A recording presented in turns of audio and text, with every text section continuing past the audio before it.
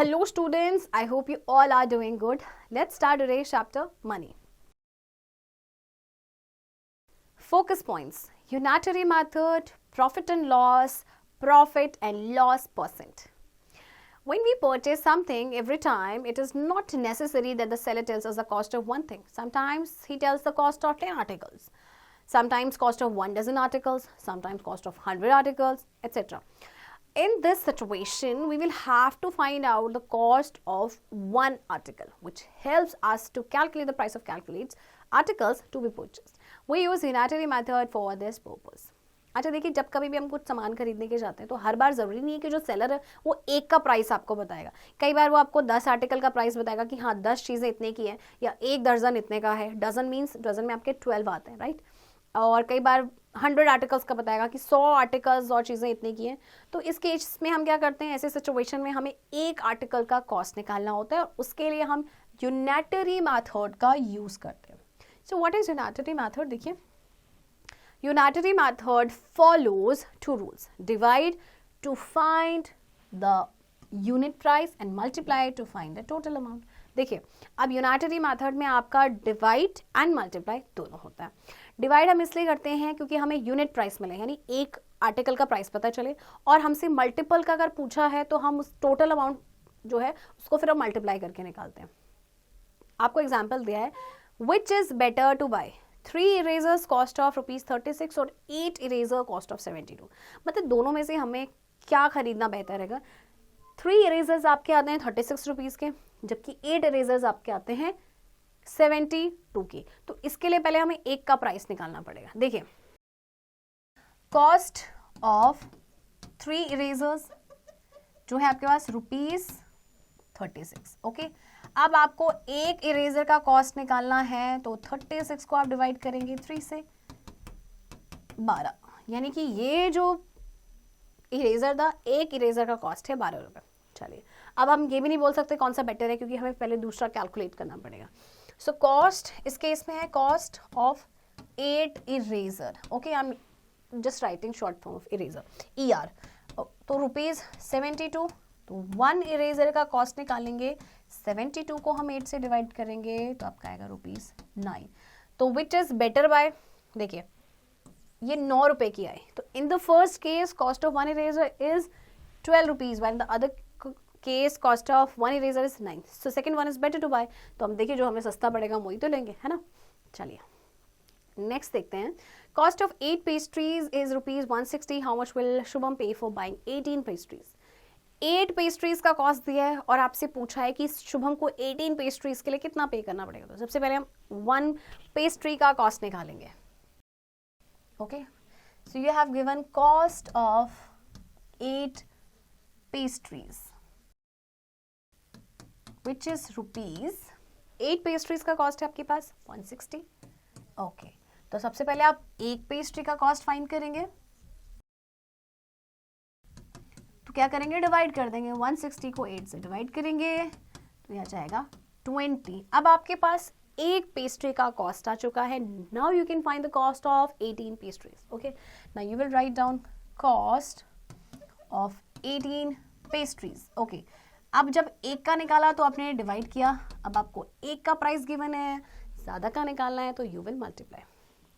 अब ₹20 को मल्टीप्लाई कर देंगे 18 से. 10, 18 2s are 36. So 360 rupees cost आ गया. Okay. Maths fact. To find the value of one item, we divide. To find the value of many items, we multiply. Everybody knows that, right? Previous class पे भी आप ये पढ़कर आए थे. चलिए exercise देखते हैं. First question, if 7 pen cost ₹56, then what will the cost of 1 pen. आपको 7 पेन का कॉस्ट दिया है, 1 का निकालना है. मीन्स आपको क्या करना है, डिवाइड करना है. This is so simple. Cost of 7 pens ₹56. You have to find out cost of 1 pen. 56 को आप डिवाइड कर देंगे 7 से तो ₹8, यानी एक पेन का जो कॉस्ट है वो है 8 रुपीज. ओके, चलिए next topic is profit and loss. To understand the terms profit and loss, pay attention to the terms cost price and selling price. देखिए आपको प्रॉफिट एंड लॉस के बारे में सीखने उससे पहले आपके पास दो टर्म्स आएंगी, cost price and selling price. What is cost price?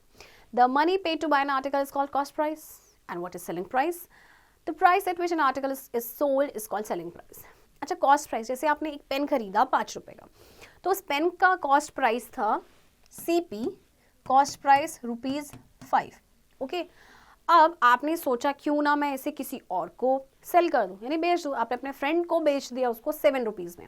Okay, तो जो आपने बेचा उसका वो था सेलिंग प्राइस, यानी कि SP. सेलिंग प्राइस कितना है? 7.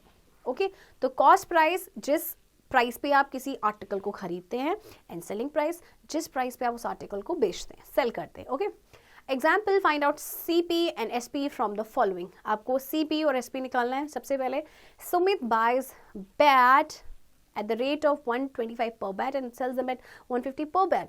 अच्छा, वो खरीदना इतने में है 125 रुपीज़ में, तो ये CP हो गया, और उसको बेचता है इस रेट पे, तो ये SP हो गया. ओके, इसी तरह से Priyansh sold a mobile phone for ₹33,200 which he had bought for ₹32,000.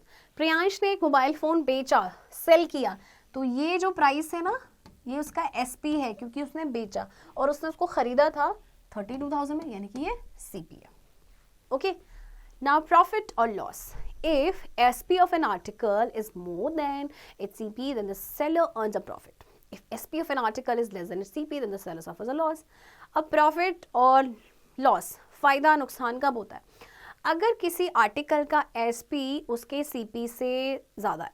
For example, मैंने आपको एक एग्जाम्पल दिया था, 5 रुपए का पेन खरीदा और 7 रुपए में उसको बेच दिया, तो देखिए SP यानी सेलिंग प्राइस CP से बड़ा है. आप खुद ही देखिए, आपने 5 रुपए में खरीदा, 7 में बेचा, 2 रुपए का फायदा हुआ, प्रॉफिट हुआ ना. तो यहाँ पे SP आपका CP से बड़ा है, तो यहाँ पे आपको क्या हो रहा है? प्रॉफिट. ओके, बट अगर क्या हो कि आपने जैसे उसको खरीदा 5 रुपीज़ में और आपने उसको बेच दिया 4 रुपीज़ में. ओके, तो अब देखिए, अब आपका CP बड़ा हुआ, CP SP से बड़ा हुआ, तो आपको क्या हो रहा है? लॉस, क्योंकि आपने उसको 5 रुपए में खरीदा, 4 में बेचा, 1 रुपए का नुकसान हो गया. ओके, सो देखिए, प्रॉफिट निकालने के लिए आप क्या करेंगे? SP में से CP माइनस करेंगे, और लॉस निकालने के लिए CP में से SP माइनस करेंगे. Okay, we can also find the selling price, cost price of an article when the cost or selling price and profit or loss are given with the help of the following formula. हम selling price और cost price भी निकाल सकते हैं इन formulas के साथ, अगर हमें profit या loss दोनों दिए गए. ओके, चलिए एग्जाम्पल देखते हैं. A book seller buys a book for ₹435. एक बुक सेलर ने एक बुक खरीदी 435 रुपीज़ की.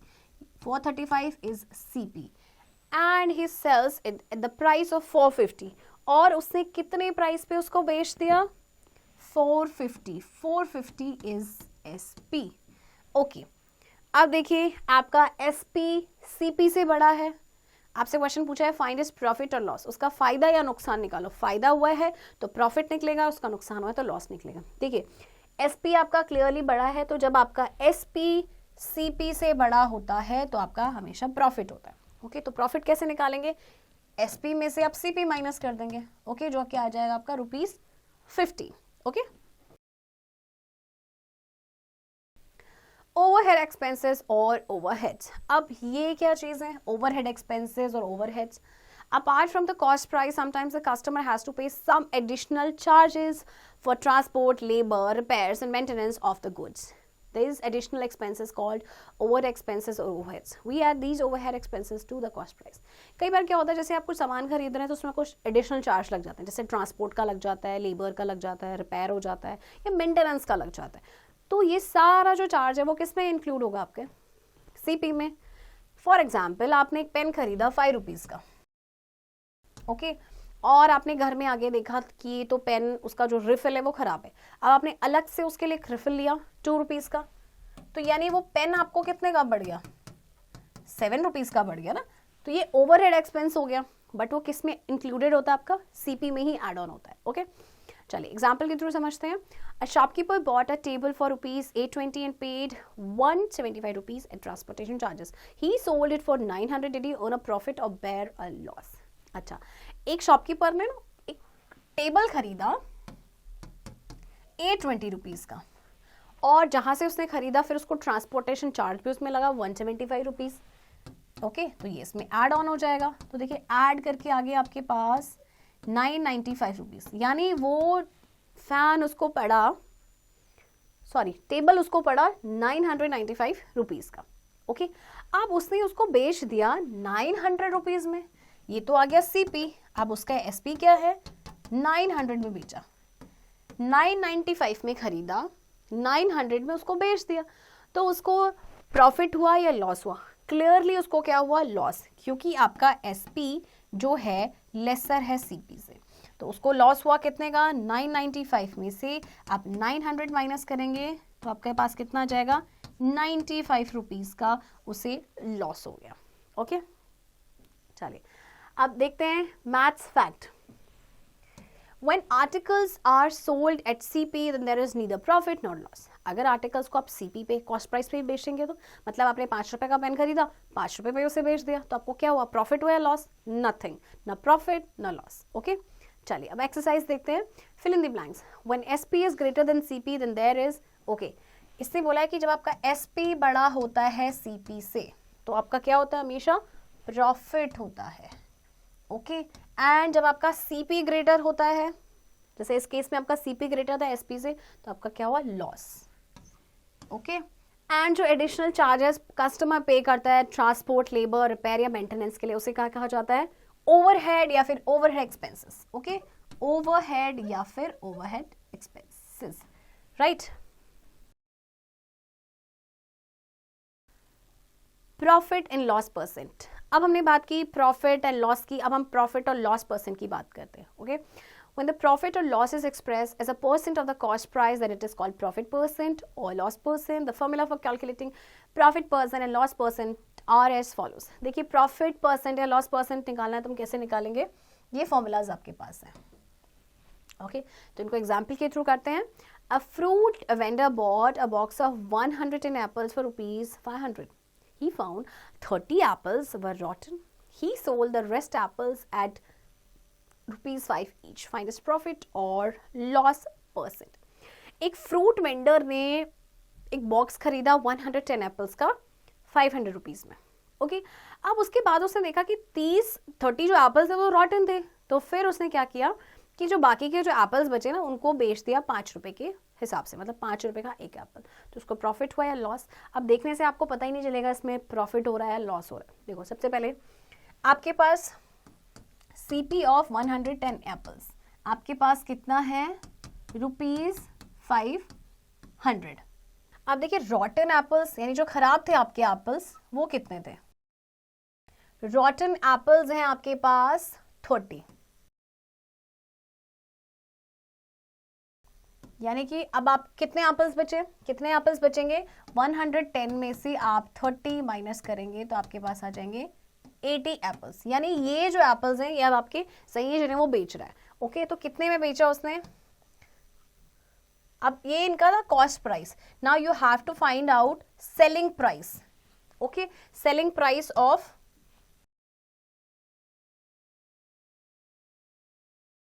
सेलिंग प्राइस ऑफ 80 एप्पल्स, उसने कितने रुपए में बेचे, 5 रुपीज ईच, यानी एक उसने 5 रुपए का बेचा, तो 8 × 5 इज इक्वल्स टू ₹400। ओके, अब उसने खरीदा कितने में था, 500 में, उसका एसपी कितना आया, 400 में, 500 में खरीदा, 400 में बेचा, तो उसको क्या हो गया, लॉस। लॉस कितना हुआ उसको, ₹500 में से आप माइनस करेंगे ₹400, तो ये 100 रुपीज़ का उसको लॉस हुआ। ओके, अब ये तो लॉस हो गया, अब हमें लॉस परसेंट निकालना है। तो लॉस परसेंट का फॉर्मूला क्या है, देखिए loss upon CP. Loss is 100, CP is what, CP is 500, और क्योंकि परसेंट निकालना है तो 100 से मल्टीप्लाई करेंगे। ओके, सो उसको हुआ 20% का लॉस। ओके, चलिए एक्सरसाइज देखते हैं। First question, find the profit और लॉस परसेंट। आपको प्रॉफिट और लॉस परसेंट निकालना है। आपको सीपी गिवन है, CP is ₹450। Okay, and SP is ₹500. Okay 450 में खरीदा, 500 में बेचा, तो आपका क्या हो रहा है, देखिए SP जो है आपका ग्रेटर है CP से, तो आपको क्या हो रहा है, प्रॉफिट। ओके, तो प्रॉफिट कैसे निकलेगा, 500 माइनस 450 रुपीज, यह जाएगा आपका ₹50। ओके, अब आपको क्या करना है, इसका परसेंट निकालना है प्रॉफिट का। तो प्रॉफिट परसेंट का फॉर्मूला क्या होता है, profit upon CP into 100। What is the profit, 50। CP है आपके पास 450 एंड परसेंटेज निकालना है तो 100 से। ओके, 0 0 गोज, देन ये आपका होगा 5 2 59, ये आपका आ जाएगा 100/9। ओके, अब आप इसको डिवाइड करेंगे, 9 1s are 9, 9 1s are 9 and 1 remainder। Okay, तो आपका हो जाएगा 11 1/9%। Right student? ओके, अब बाकी की एक्सरसाइज की प्रैक्टिस आप खुद से करेंगे।